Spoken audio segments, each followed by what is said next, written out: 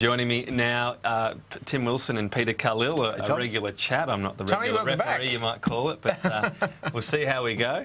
Welcome back to you two as well. What do we all think of the polls? I'll start with you, Tim Wilson. A little underarm for you there, but is there a message to your colleagues, bit of discipline? We are still in this? Well, what I see from these polls is, firstly, obviously there's a summer glow, which is good. People coming back with a fresh frame of mind. But we also, I have a natural rosy glow. Natural. But on top of that, the potential for us to win the election is 100% on the table, and the focus has to be to work as a united, disciplined team, and obviously to keep Labor account, but also to prosecute the government. And that's how we're going to get there. And I'm a great optimist about our chances. And obviously the polls give us a good, lift for enthusiasm. Peter Khalil, I'm going to ignore the gesture, but I want to ask you. You've got to do actions. I want to ask you if Labor could be people could be scared off by some of Labor's economic policies. I'll take you through them, and think of these as a whole. Penalty rate increase, business has to pay for that. Minimum wage, maybe a big increase, business has to pay for that. Company tax increase, business pays. IR changes, presumably in some way. Workers are better off, business not as much so. As a whole, it sounds like a pretty big impost, doesn't it?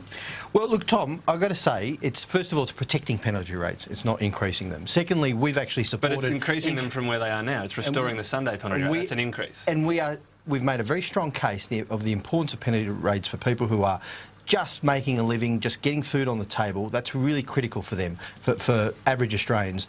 We're supporting company tax rates for about 80% of small businesses, those that make a turnover up to $2 million. And overall, the economic policies are about actually caring about the average Australian family. Cost of living pressures are skyrocketing, and that's why we've seen this announcement yesterday from Bill and Catherine King around capping health insurance rates or premiums, because we actually care about families. We know how much pressure they're under, and that's a lot different priority than actually a $65 billion tax handout to big business, where you've got people who are making $87,000 or less paying more tax under the libs. Tom, one of the things, respectfully, your question was wrong, which is it's constantly about an impost on business. Don't go after the media. Only people pay tax in the end. Every single bit of capital, every dollar that's paid in tax is paid by a household, it's paid by a person, and it's paid somewhere across the economy. And so all of these imposts, and you're right, Labor are going to slug enormous number of households, self-funded retirees, the people who are pensioners, and of course mum and dad investors who are trying to get ahead to try and advance their programs to try and take money from people and to try and reorientate. And the private health insurance thing is a classic example of that, where in the end it's going to be incredibly damaging to private health insurance. That's what the industry is saying. The industry is actually saying you should see the illiteracy. You talk about talking points. You must get yours from the big top end of town. Every time you sit here, you run lines about, it's going to be an affront to the free market. Well, hold on, there is a rebate on private health insurance. You do know that. I want to ask you about private health insurance, Tim Wilson. Is it working well? Well, private health insurance sits as part of a health system, and it does work well, but we actually have to make sure that there is proper focus. So firstly, people can afford it, people are using it, and people have a degree of flexibility and choice. The reality is what the proposal Labor is going to do is going to harm the system dramatically. So households have less choice. Will that harm it? Well, on what basis? There's a constant reviews of private health insurance and what's effective in terms of running a system in the 21st century. But what we know as a nation, as well as what households need, is we need to make sure people are taking the option of private health insurance to share the burden of an ageing population. I'm sorry, Tom. That's just waffle, mate, because if you're a family of 4 or even 5, our policy is going to ensure, on average, you're going to get $300-400 back in your pocket. Okay, and that makes a difference to people. Does it? With regards but that just means that the productivity. What that means is the health sector is going to have to reduce the coverage. You're trying. More than 5 seconds. You know full well that you ultimately want to take private health insurance off the table. You've never supported it. You've never liked it. Peter a go. You never will. But if I can direct you to this part of it, Peter, this 2% premium rise, does that also include a previous commitment to scrap the so-called junk policies or the cheaper ones? Will that work in conjunction with that policy? I know that the policy includes a very, very deep review by the Productivity Commission. at the end of the 2 years, which will look at all of these issues in depth, and that's an important element of this policy, which Tim is forgetting. But the initial part of it is took during the election was to also scrap these junk policies. They might not be good policy, but they are the cheaper ones. Will that work in conjunction? I think it's smart that Bill and Catherine have announced a very thorough review by the Productivity Commission to look at all of the structural issues with regards to private health insurance. And he talks about, it's going to damage the system. What damage? They've got $4 billion in profits, mate. We're talking about giving some relief on cost of living pressures for average families. You're running this line that Bill Shorten is actually running at the moment, where the amount of money that insurance takes in excess of what is claimed is somehow an example of the system not working. This is childish stuff. Do you have any idea how insurance works? People pay more. Don't be so patronising. Of course I do. Well, then demonstrate. And I know that families, the Labor Party. Do you have any idea? Do you have any idea if you're sitting around the kitchen table and you've got a family of 2-3 kids and you're trying to work out your bills? That makes a big difference. Penalty rates make a big difference. Absolutely makes a big difference. To the people who are working, single mums who have got penalty private health insurance so don't be in the country. Well, the reality is Labor doesn't seem to have any understanding about how insurance actually works. Of course, the system takes in more than it pays out. Otherwise, it wouldn't be sustainable. Otherwise, they'd be stealing money from households. How do you not understand that? We'll call that round 2. Round 3, foreign donations. Tim Wilson, widespread concern about the impact, the possible impact of the laws that have been introduced. They're going through a committee process, obviously. The concern comes from charities, but also from your old employer, the Institute of Public Affairs. Do you have concerns about this as well? Well, I'm reviewing the legislation and seeing what I think the impact actually is. I've seen the IPA's criticisms, and I welcome any criticism of law because I'm very nervous always about overreach of any law. And so people have raised their concerns. I think it's got to go through a proper committee process. Well, it is going through a proper committee process to assess its impact, and then we'll respond in kind. Very in-depth responses already, in particular to this, that it could mean a statutory declaration is needed from donors who give more than $250 a year, $5 a week.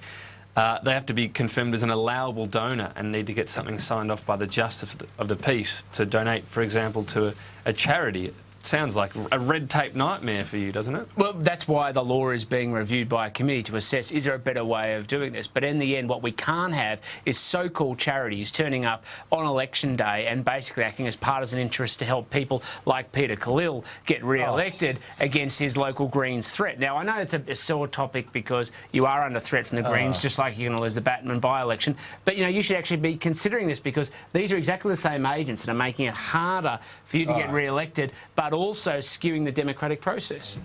So, look, the issue around the foreign donations, it's been 2 years since we've actually been banging on about, and I think Bill wrote 2 years ago to Malcolm Turnbull to ban foreign donations.